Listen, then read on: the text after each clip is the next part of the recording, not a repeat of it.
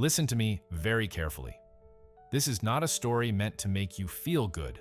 This is not one of those soft, comfortable videos that tells you everything will be fine if you just communicate better or try harder. This is the kind of truth that most men only understand when it's already too late. When the damage is done, when the house is quiet, when the bed feels cold even though someone is lying next to you. There comes a moment in every man's life when he realizes that the ground he was standing on was never solid to begin with. He just didn't want to look down. You see, betrayal doesn't arrive like a storm. It doesn't kick the door open and announce itself. It seeps in slowly. It hides behind excuses, behind smiles, behind the word trust. Men don't get betrayed because they are stupid. They get betrayed because they are hopeful, because they want to believe that loyalty is automatic, that love guarantees safety, that effort will always be rewarded. And that belief is exactly what destroys them. There's a night I want you to imagine. It's late. The room is dark. Your phone is face down on the table.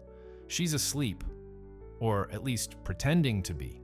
And you're staring at the ceiling with that tight feeling in your chest that you can't explain. Nothing happened today. No fight. No obvious problem. Just a feeling. That's where it always starts.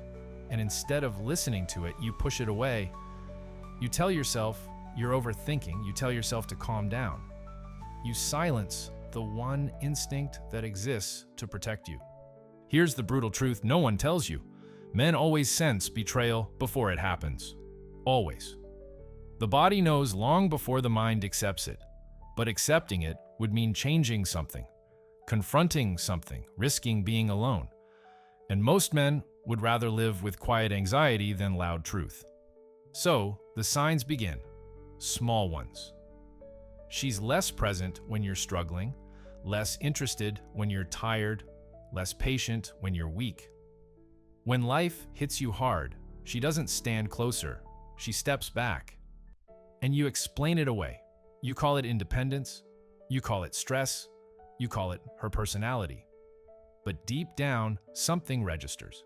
A woman who loves you moves towards you in your worst moments. A woman who's preparing to leave moves away. Then come the secrets. Not dramatic ones at first, just little omissions, little changes in routine. A phone angled slightly away. Conversations that suddenly have no details, time that doesn't add up. And when you question it, you become the problem. You're insecure, you're controlling, you're paranoid. And because you don't want to be that guy, you back off. You apologize, you doubt yourself. That's the moment the balance of power shifts, and you don't even realize it. What most men don't understand is this. Betrayal is practiced.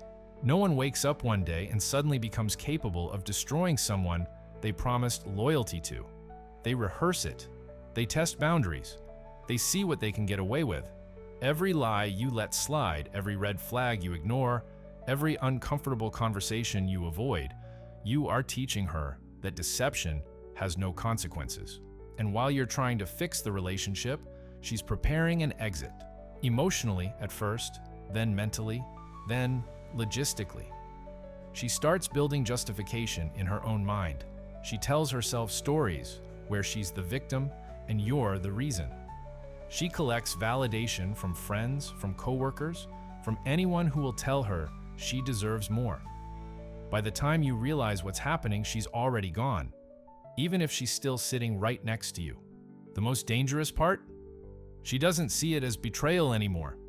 In her mind, she checked out long ago. What happens next is just paperwork.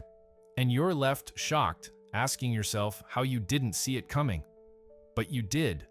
You saw every crack. You just hoped they wouldn't matter. Men lose years of their lives this way. Not in one explosion, but in slow decay. They stay loyal to someone who is slowly withdrawing loyalty from them. They invest more effort, more patience, more sacrifice, thinking it will bring closeness back. It never does.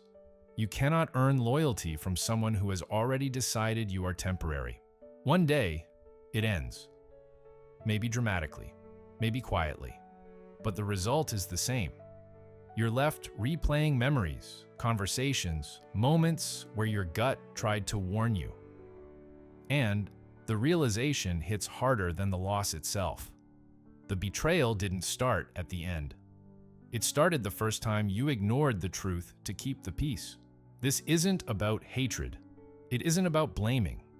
It's about awareness, about understanding that trust without boundaries is self-destruction, that love without self-respect is an invitation to be used, and that ignoring reality doesn't make it disappear.